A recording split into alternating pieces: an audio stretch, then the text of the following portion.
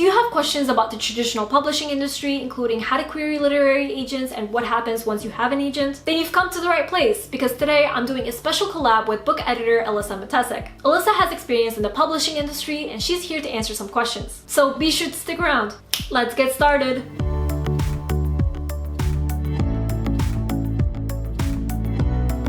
Hey guys, Nour here, and welcome back to my channel. And for those visiting for the first time, hello! I'm the fantasy author of the novel Divinity Falling. Like I said earlier, today I'm doing a special collab with book editor Alyssa Matesic. So before we get started, Alyssa, please introduce yourself. Hey there! My name is Alyssa Matesic, and I am a book editor with experience in the traditional publishing industry. I worked at both literary agencies as well as publishing houses, including Random House, before turning to my freelance career, where I full-time work with writers on strengthening their manuscripts and finding their path to publication. On my channel, I talk a lot about traditional publishing, how to find a literary agent, how to get your book traditionally published, what the process looks like, as well as tips on how to strengthen your manuscript, especially if you're working on a novel. I talk about things like writing better characters and common mistakes to avoid when plotting your novel, things like that. So if any of that interests you, I would love to have you check it out. We also made a video on Alyssa's channel where I talk about the pros and cons of self-publishing, so be sure to check it out. So my first question, while working in the publishing industry, what were some of the biggest no-nos you've seen writers make when querying literary agents? Over my years in the industry, I would say the biggest two issues that I see in writers' query letters is first, not personalizing each individual query letter to each agent. This is really, really important, at least in my opinion, because it will help your query letter stand out. It is pretty obvious to agents if you have copied and pasted and blast mailed your query to every agent you can find. So if you take that extra time to make it clear that you've done your homework on that agent and you really want to connect with them specifically, that'll really help it stand out. The second biggest issue that I see is an ineffective plot synopsis. So you really want to make sure that you are making the agent intrigued to read your sample pages.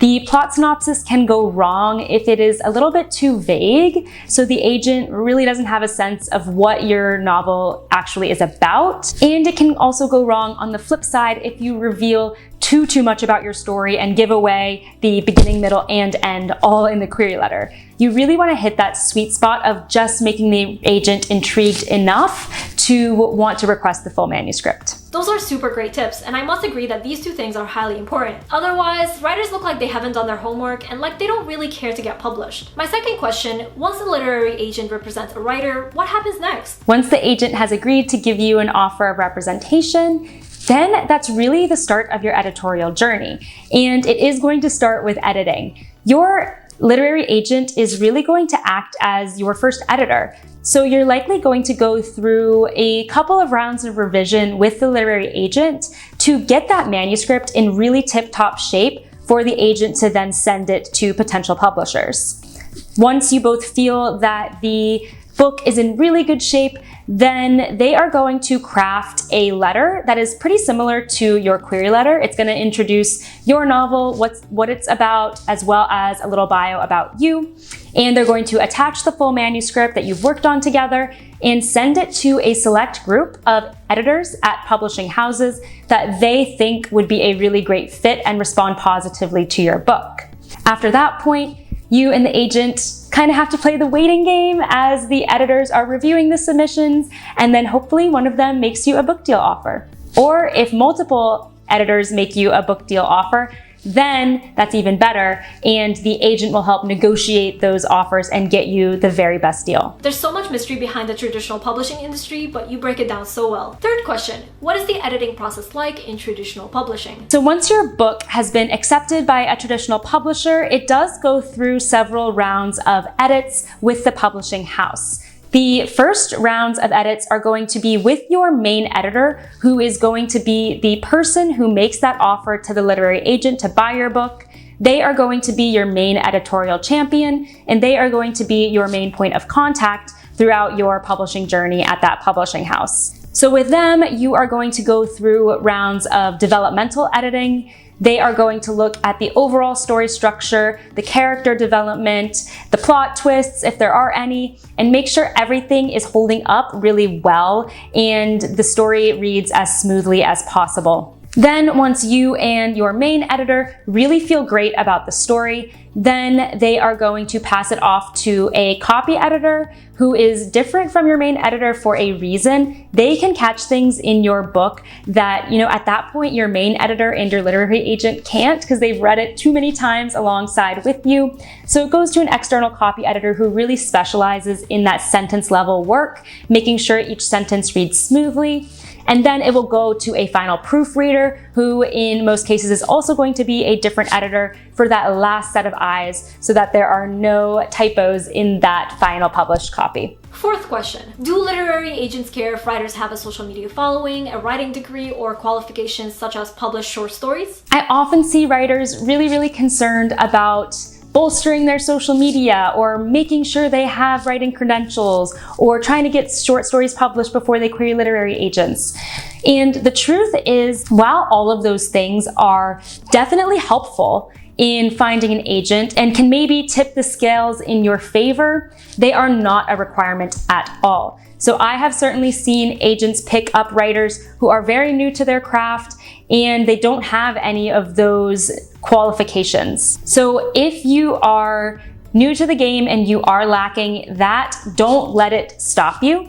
Of course, it's an added bonus if you do have them, but it does not exclude you from getting an agent's representation. That's definitely good to remember because I see a lot of writers avoid querying altogether because they think they need to grow their social media following first. Question 5. Do literary agents represent writers who write multiple genres? Or are they strict about writers maintaining a specific brand? For example, Nicholas Sparks is known for his romance novels. Would his agent allow him to veer off into a different genre like horror? How do agents feel about this change? The important thing to know here is that the agent has signed you on because they love and believe in your writing.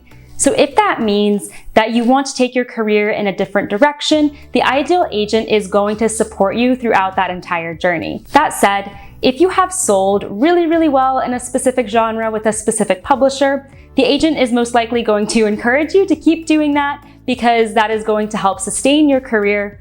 However, if you do want to take your writing career in a different direction, that's not off the table. What it would mean is likely finding a different editor and potentially finding a different publishing house. And that's because each individual editor has a very specific niche that they work within inside of the publishing house, and they might not be the right match for the next genre that you take on. Question 6. How much responsibility falls on the author for marketing their book if they traditionally publish? Is there a marketing team that will do a big chunk of the marketing? If you get a book deal with a major publishing house, you are going to be assigned a marketing team, and they are going to have a budget and are going to put together a whole marketing plan for your book launch and the period afterward to ensure that it reaches readers. So you aren't going to be independently responsible at all for your own book marketing. However, anything that you can do to market your book is going to be welcome and is going to add a boost to the rest of the marketing plans. So you'll want to likely have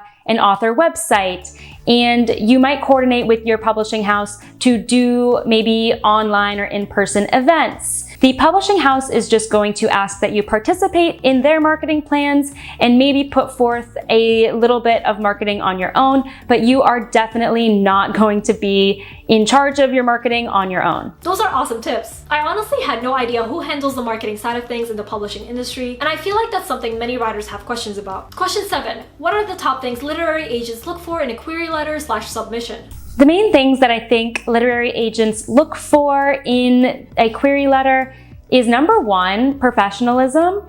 They do want you to have a polished query letter. Your query letter should look like a query letter, which is a very specific structure. It should be well formatted, well organized, and ideally free of typos or grammatical errors. You should really put care in how you present yourself via the query letter, as that will stand out to the agent right off the bat. Secondly, they are going to look for authenticity and enthusiasm from you as the writer. It is going to be a collaborative effort from beginning to end. So as long as you evoke enthusiasm and that willingness to collaborate to the agent, then you'll be in great shape. Lastly, you want to make sure that you are intriguing the agent. So really take a lot of care in the way that you pitch your book and make sure that it sounds appealing to read. The feeling that the agent wants to get from the query letter is that they have to read more and they have to request the full manuscript. That is such a specific and exciting and thrilling feeling when the agent receives that in a query letter. So try to make the agent feel that way, that they just have to read your book. And question number 8, if a self-published author queries a literary agent, should they mention their self-published works? If yes, should they disclose how many copies they sold, the total revenue made, and so on? Or are those numbers unnecessary? Different agents have different views on self-publishing, and it's becoming more and more common in the industry today. So it can be tough to figure out how much you should disclose about your self-publishing career. My personal opinion is that if you have self-published and it has sold really well and you have some great stats to share, then that could be a great detail to add in your query letter because it is showing the agent that you do have a track record of engaging with your audience and selling a book successfully. However, if you have self-published and your numbers aren't really where you want them to be, I wouldn't necessarily call it out in the query letter. It is something you can definitely discuss with the agent once you have moved forward and you're closer to actually getting an offer of representation with them, but you don't really need to mention it up front if it's not something you necessarily want to call their attention to. That is definitely good to know. So many writers nowadays self-publish before they decide to try traditionally publishing, so knowing how to go about it is helpful. Thanks so much, and I hope you enjoyed learning a little bit more about the traditional publishing industry and what it takes to get a literary agent. It is something that I'm really passionate about helping writers navigate, so check out my channel if you are looking for some more tips about how to approach literary agents or how to strengthen your novel. And thank you so much to Nour for having me. Thank you so much, Alyssa, for answering these questions. If you haven't yet, be sure to check out Alyssa's channel because it is full of amazing writing and publishing advice. I will put all the info about Alyssa on her channel below. I'd love to know, what's one thing you didn't know about traditional publishing that you learned today? Let me know in the comments. And don't forget to go to Alyssa's channel to check out our other collab video on the pros and cons of self-publishing. And if you're new to my channel, be sure to subscribe. I put out weekly writing advice videos that will take your story to the next level. And before we go, I just want to give a quick shout out to Sarah Frayne and Alan J. Early from my shout out tier over on Patreon, as well as all my amazing patrons. Thank you all so much for your support. I really appreciate you. Thanks for watching, and I'll see you next time.